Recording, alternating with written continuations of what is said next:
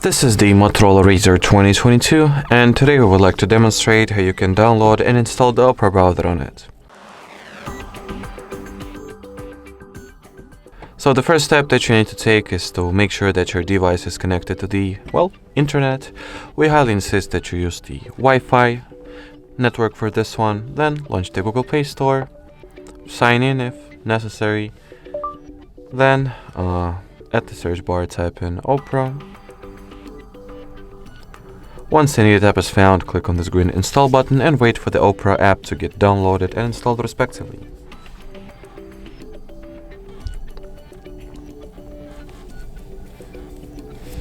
Now you can just go ahead and launch the Opera app. In here we gotta undergo a very simple and short setup procedure, so next click on this blue continue button.